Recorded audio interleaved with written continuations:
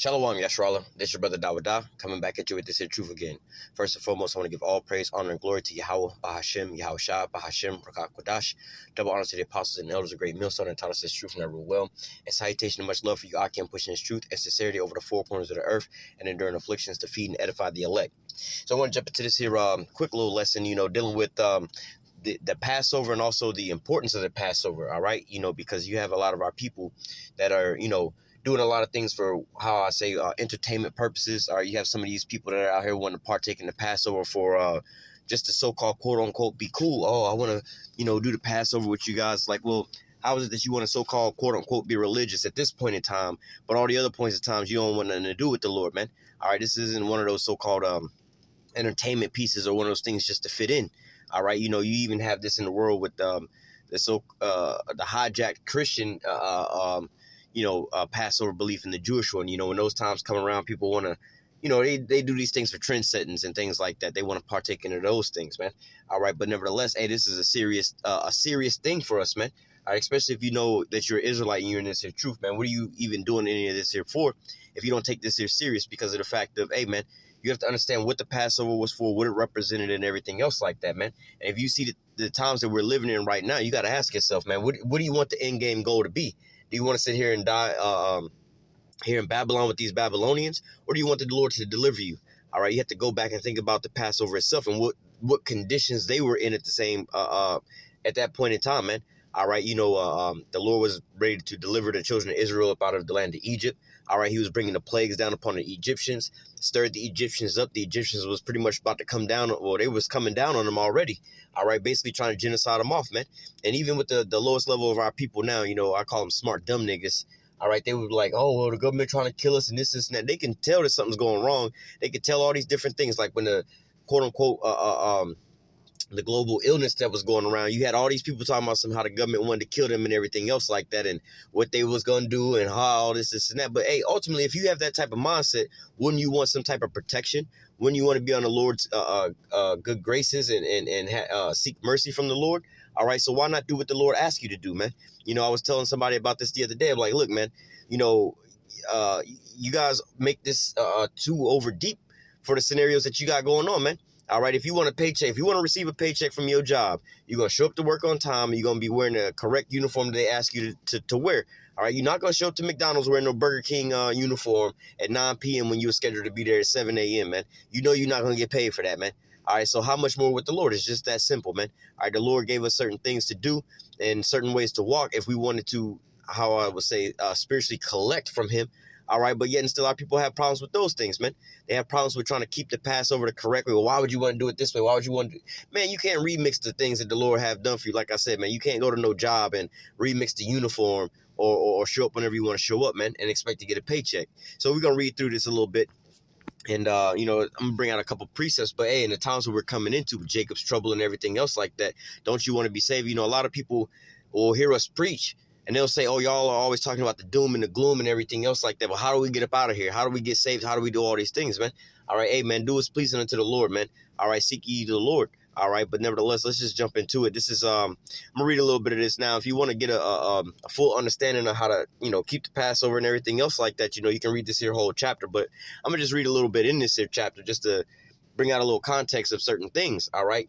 So Exodus chapter 12, I'm going to start at verse 1. It says, and Yahweh spake unto Moses and Aaron in the land of Egypt, saying, this month shall be unto you the beginning of months.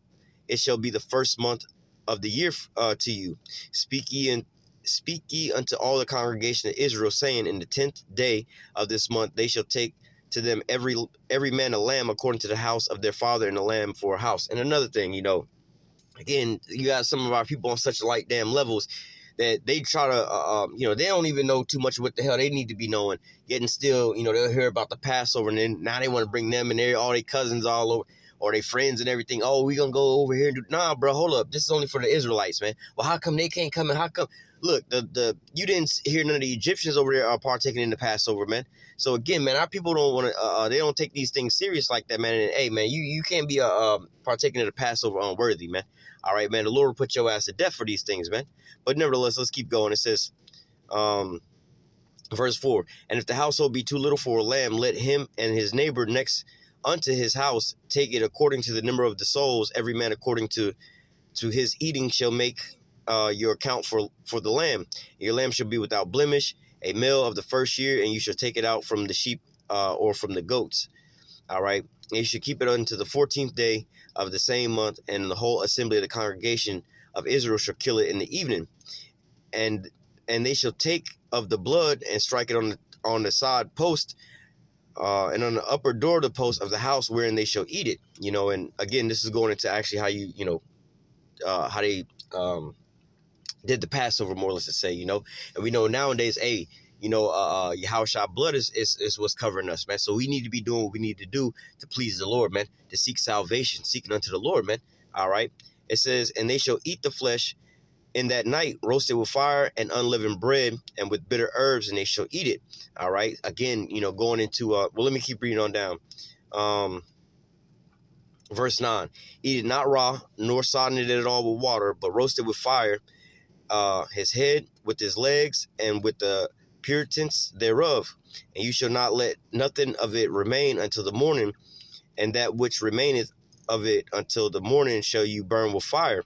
And thus say ye eat, and thus shall you eat it with your loins girded, and your shoes on your feet, and your staff in your hands, and you shall eat it in haste. It is Yahweh's Passover. All right. And so, you'll have some people who's like, oh, again, are you going to do it like this? You going to eat it with haste? Hey, man, a lot of these things was, this ain't just a grandiose feast party type scenario, things like that, man. You ain't supposed to be eating this Passover and having whatever on your, sitting at the table with your phone all open, watching TikTok videos, laughing and joking while you're sitting on the couch and watching TV and a movie and shit. No, man, you're supposed to be eating this here thing and having the mindset of what was going on back in those days and having the same mindset of what's going on in these days, man. Have your mind on the Lord, man. All right, they said, hey, you're supposed to eat this with your, how does it say, verse 11, and thus shall you eat it with your loins girded and your shoes on your feet and your staff in your hand. Eat it with haste. All right, because again, think of the mindset of what the conditions were that was going on around them at that point in time. All right. At that point in time, you had the plagues of Egypt that was taking place. All right. You had all these different things that was going on, and, it was very tense in the air, just like nowadays today, man. All right. You got all these different things that's going on, the brink of World War III on the corner, MOTB being built up, Jacob's trouble around the corner, all these different things, man. People, again, when things get hot and heavy, then they want to start seeking the Lord. Then they want to start asking questions. Then, like when the global sickness thing came around, everybody got silenced and everybody started hitting up the prophets at that point in time. But hey, man, this is what you want to go ahead and it's just like in the regular world, man. All right, it's too late to start calling up and getting insurance quotes after you got into a car accident, man. All right, and that's what a lot of our people do. They'll sit there and wait until calamity come. Then they want to start calling on the Lord, man. You're supposed to seek the Lord early while he may be found, man. All right, so in these times, hey, man, you need to be doing whatever. Again, I'll give you the car insurance analogy, man. Fill out your car insurance paperwork the correct way, all right, and send it in as soon as possible. Before you even get in the car, get behind the wheel, before you need to use it. So in the same sense, hey, man, start serving the Lord early while he may be found, before the dark days come, the evil days come, man, so that when you call upon his name, like the scriptures say, the Lord is not unrighteous to forget your works or your labor of love. All right. So, hey, man, you can't be trying to put in work for the Lord when the calamities come. When you on your deathbed, your child and got mangled up in some type of accident or calamity, then you want to start trying to serve the Lord. Then you want to try to go and start thinking on these things. No, man, you're supposed to be doing these things now in the correct way. All right. Because, hey, man, the Lord ain't nobody to be playing with, man. All right, our people think things are all fun and games. They'll laugh at you. You gonna really eat this in haste? You gonna really eat this with your shoes on like that, man? Why you all quiet over there while you eat? Hey, man, look, do what you need to do. All right, to serve the Lord. Don't worry about what the rest of these people out here are thinking and doing, man. To hell with them. Let they ask. Just remind them, man. There's quite a few scriptures that's in the there's a lot of quite a few precepts in the scriptures that you can read to their ass to put it back into their face, man. Off top, what Isaiah 65 and it was Isaiah 65 and I believe verse 12, Isaiah 66 and verse 4, Proverbs 1 and verse 21 or something like that, where it goes into, hey, man, when I call you, didn't answer. So now this is your consequences, man. You was with the bullshit when I was calling out for you, man. You wanted to do it half-assed and everything else like that. So now all of a sudden you want to start calling upon me. I'm not finna be answering you like that. I'm gonna use the same energy that you used when you was supposed to be coming to me, half-assing some shit like that. I might have saved you from this first, or, you might want to do it your own way. So I might save you from this first calamity, from that wild left, but fuck that right. Let that right go ahead and knock your ass out, man. All right. So, hey, man, you take this here serious, man. And we're at a time, Lord's will, this is our last Passover at that, man. But nevertheless, let me continue on. It says, verse 11, and thus shall you eat it with your loins girded and your shoes on your feet and your staff in your hands, and you shall eat it with haste. It is Yahweh's Passover, for I will pass through the land of Egypt this night, and I will smite all the firstborn in the land of Egypt, both man and beast, and against all the gods of Egypt will I execute judgment. I am Yahweh. So, hey, man, this was the time where the Lord was about to start wreaking havoc on these Egyptians, all right, and start to deliver us up out of there, man. So we in the same boat, man. It get on my nerves hearing about you so-called Negroes, Latinos, and Native Americans when you so woke enough to see that the so-called white men or somebody, anybody, want to kill your ass, man. Oh, they trying to do this, they trying to do that, they trying to do this, they trying to do that. That's why, hey, man, a lot of these so-called woke people that you hear talking about, the wickedness of this here world, man, you need to stop listening to these people, man, because all they doing is telling you about some of this here wickedness, and they on just such a light level, man. They're really on a light level, man, telling you about the wickedness that's going on, but they don't give you a way out. They don't give you a so-called a way of covering cast, more or less to say, man. And only thing that happens with these people, you become the boy that cried wolf, man. They just tell you danger, danger, danger, danger, and then the people just stop seeing any type of no real relevance to the danger that's around. Well, yeah, everything is wicked. They don't believe anything at that point in time, man. All right, you can't just tell them about the wickedness and don't tell them a way of getting out of these things, man. Just show them the dark side, but never bring them into the Lord, man. So, hey, man, you got to understand that these things was written for our learning, not understanding, man, because these things happened to us in the past are the same things that's happening today, man. You got people that's out here, they'll tell you, hey, man, these people ain't got no good for you, man. But then what is their option? We need to band together. We need to teach our people. We need to go get our own community. I'm like, bro, it's way bigger than that, man. This goddamn devil is over here bombing whole entire countries. You think you finna go get you some land in their country or any other country and be free with no military, bro? Your problem is way bigger than you, man. All right, so again, stop listening to these stupid ass niggas, man. All right, hey, the Lord set up a watchman to be, for the children of Israel, which are prophets, man. It's going to give you the 100% truth, man. All right, but nevertheless, not trying to get too far off topic, but hey, man, this is the importance of these things, man. This is, if you wanted to be saved, and going back to the insurance scenario, man, you need to be doing taking the proper steps to, like the scripture say, make your calling and your election sure. All right, because ultimately, like I said, man, a lot of people want to do things their way, remix things up, and so on and so forth, and wonder why the Lord didn't, want to protect them in those days, man. All right, hey, again, you can't just sit there and fill out your car insurance however you want to fill it out, and then you get into an accident, half-ass fill it out. Don't put the proper VIN number, tag number, and things like that on there, your address, and then you get into a car accident and expect them to, to make a claim. All right, you're going to be mad with your damn self, man. You can call and cuss out the insurance company the whole time, but they got a valid point to why they're not going to cover your car. Hey, man, you didn't properly fill out this here paperwork, man. All right, but let's continue on. Verse 13, it says, and the blood shall be unto you for a token upon the house wherein you are. And when I see the blood, I will pass over you, and the plague shall not be upon you to destroy you when I smite the land of Egypt. All right, so, hey, going into that, let me read verse 14 as well.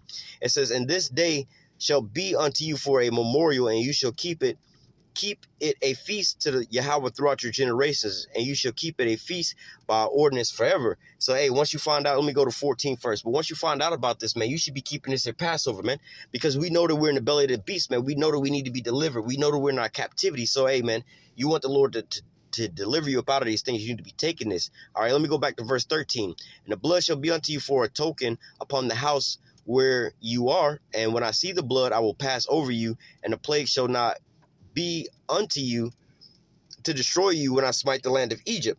All right, so going into these things, let me see. This is indicative of that, and not to go too far into this and get all these different precepts, but going into that blood in modern day time, that was foreshadowing what Yahushua blood, right? Now Yahushua, has laid his life down on the cross for us. So, but how do we get covered with that blood today, man? All right, by coming back unto the Lord, cleaving unto the Lord. What is that? Revelation 14, I do believe, where let me just grab that real quick.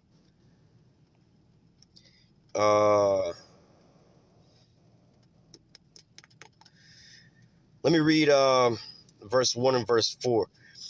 Revelation 14 and verse 1, and I looked, and lo, a lamb stood on, you see the comparison already, a lamb stood on the Mount Zion, and with him 144,000, having his father's name written in their forehead. All right, let me go down to verse 4. It says, these are they which were not defiled with women, for they are virgins. These are they which followed the Lamb, our keyword, followed the Lamb whithersoever he goeth. These were redeemed from among men, being the first fruits unto the Most High, to the Lamb. So going back up to the top, they have that name written in their forehead, that wisdom, knowledge, and understanding. All right, they cleaved unto the Lamb. They followed after the Lamb. They was actually, how do you say, one with the Lamb? How do I say, in tandem with the Lamb? You on one accord. You're following after the Lord, and how do I put it? You're doing what's required of you, more or less to say, man. All right, you're in league at one with the Lord, man. You're not over here, for instance, small side note. The Lord say, hey, don't be eating pork, and you out here eating pork. You're not one with the Lord at that point in time, man. All right, so you need to be doing, making your call and election sure to the best of your ability, man. All right, so nevertheless, going back, it says Revelation 14:1, and I looked, and lo, a lamb stood on Mount Zion, and with him 144,000, having the Father's name written in their forehead. I was about to grab this, but this is Ezekiel 9 and 4. It says, and Yahweh said unto him, all right, again, you got to think about, let me go grab this first real quick. Where's that at? Yep. This is the book of Jeremiah, chapter 30. I'm going to start at verse 5. It says, for thus saith Yahweh, we have heard a voice of trembling, of fear, and not of peace. Ask ye now and see whether a man doth travail with child. Wherefore do I see every man with his hands on his loins as a woman in travail, and all faces turned to paleness. So, hey, man, we're coming into a time of trembling and of fear, not of peace, man. Let me read verse 7. Alas, for that day is great, so that none is like it. It is even the time of Jacob's trouble, but he shall be saved out of it. So we're coming into a time, you all see it going on around you, man, where Esau is about to come down. Let me read it. Revelation 12 and 12. It says, therefore rejoice, ye heavens, ye that dwell in them. Woe to the inhabitants of the earth and of the sea, for the devil is come down unto you having great wrath, because he knoweth he have but a short time. So, hey, man, Jacob's trouble, man, the devil is about to come down unto you and just have a straight up open season. All right, but nevertheless, you want to be protected from this here wrath, man. You want to be protected. You want to, just like the Passover, you want this death, because ultimately it's the Lord, man. All right, the Lord is about to open up and use these death angels to pass over and get. Let me go ahead and read this. He's about to send these death angels out here to get busy, man. Like the scripture also say, 2/3 got to be cut off from the land.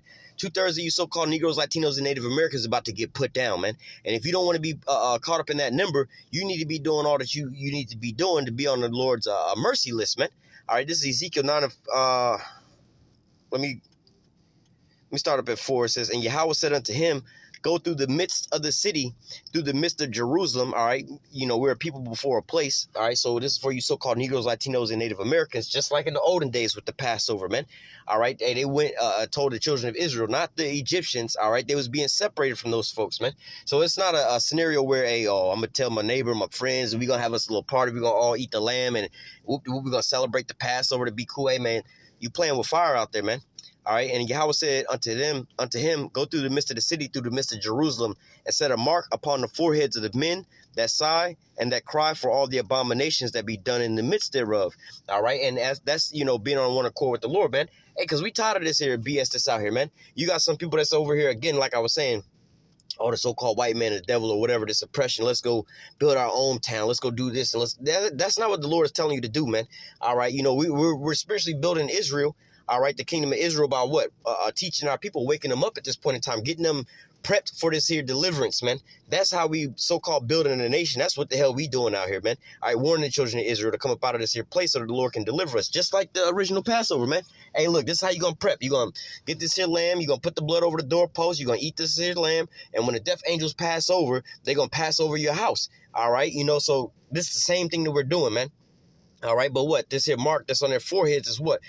You can even go into it, but nevertheless, we'll get it because of the fact of this time that we're living in. All right, with the Passover, man, a whole thing that we're trying to get. So this here word for mark, it says a mark, a sign of exemption from judgment, just like the Passover when they was partaking in the Passover, man. All right, they wanted that's where you even get that from. The Spirit of the Lord passed over them. All right. So let me read this again from verse 4. It says, and Yahweh said unto him, go through the midst of the city, through the midst of Jerusalem, and set a mark upon the foreheads of the men that sigh and cry for all the abominations that be done in the midst thereof. All right, and you have all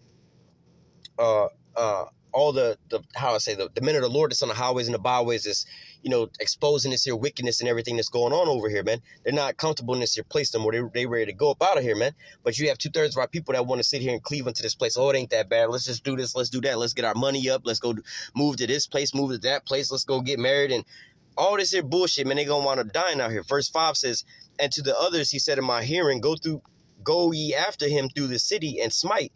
Let not your eyes spare, neither have ye pity. Slay utterly old and young, both maids and little children and women, but come not near any man upon whom is the mark, and begin in my sanctuary. Then they began at the ancient men which were before the house. All right, so ultimately, you have these scenarios that's going on to where, we'll close out with that. Where's that at?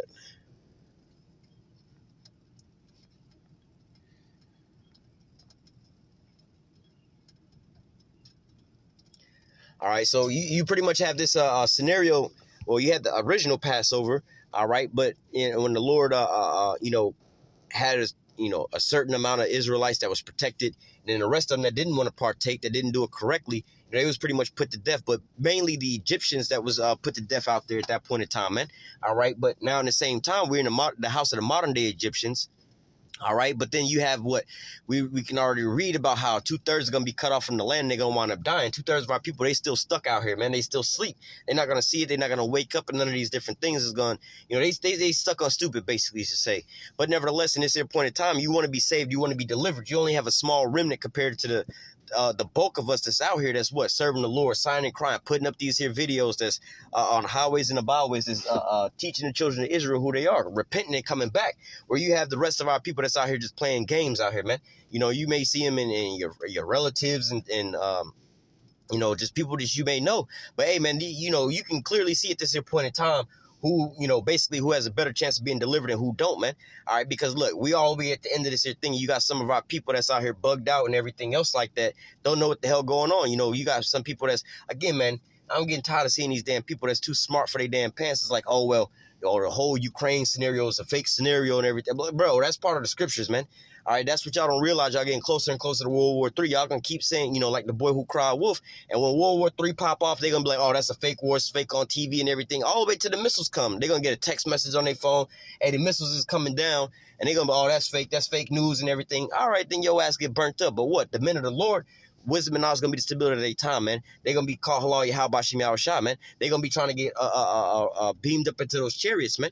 All right, but ultimately, this is gonna be we're gonna read it here, but this is gonna be way different than the deliverance from Egypt, man. All right, we walked up out of Egypt. This time we're gonna go up into those chariots, man. This time it's gonna be a major dramatic scene. Right now you have the Egypt being plagued as it was before. All right, but then it's gonna get turned up on an even higher level than that, man. All right, and when it all is all said and done, at the end all be all, man, the Lord is gonna bring forth what? Leviathan, all right, the chariots, martial law, Jacob's trouble, famines, and all these different things, world war. All right, and guess what, man? It's going to ultimately end off with what? The elect being beamed up into those chariots. So we're going to close out here in Jeremiah 16 and verse 14. It says, therefore, behold, the days come, saith Yahweh, that it shall be no more said, Yahweh liveth, that brought up the children of Israel out of the land of Egypt. All right, going back to the original Passover, which we still celebrate to this day. All right, today. All right, but Yahweh liveth, that brought up the children of Israel from the land of the north and from all the lands whither they had driven them, and I will bring them again into the land that I gave to their fathers. All right, and so, hey, ultimately, this is what we're waiting on, man. We're waiting on this new deliverance, all right, and they're going to be talking about this deliverance from generation to generation, how the Lord brought us up out of the land of what?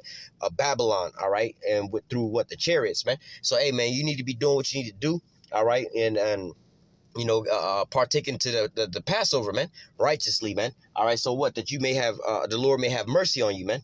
All right, so I'm going to go ahead and close out with that. Lord willing, this here lesson was edifying unto the elect. Until next time, I say, call halal Yahweh, Bahashim Yahushai, Bahashim Rakak Kodash. Double honors to the apostles and elders of great millstone that taught us this truth and that rule well.